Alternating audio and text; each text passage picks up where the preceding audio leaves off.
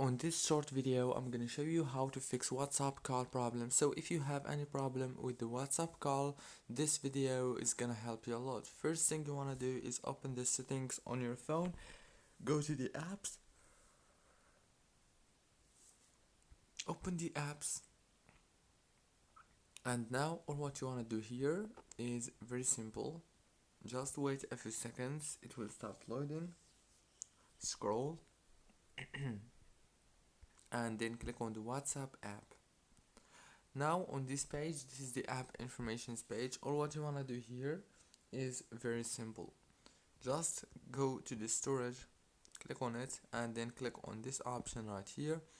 Go back, click on this force stop right here, and now all what you want to do is click on the permissions. Make sure that all the permissions are enabled, and that's it.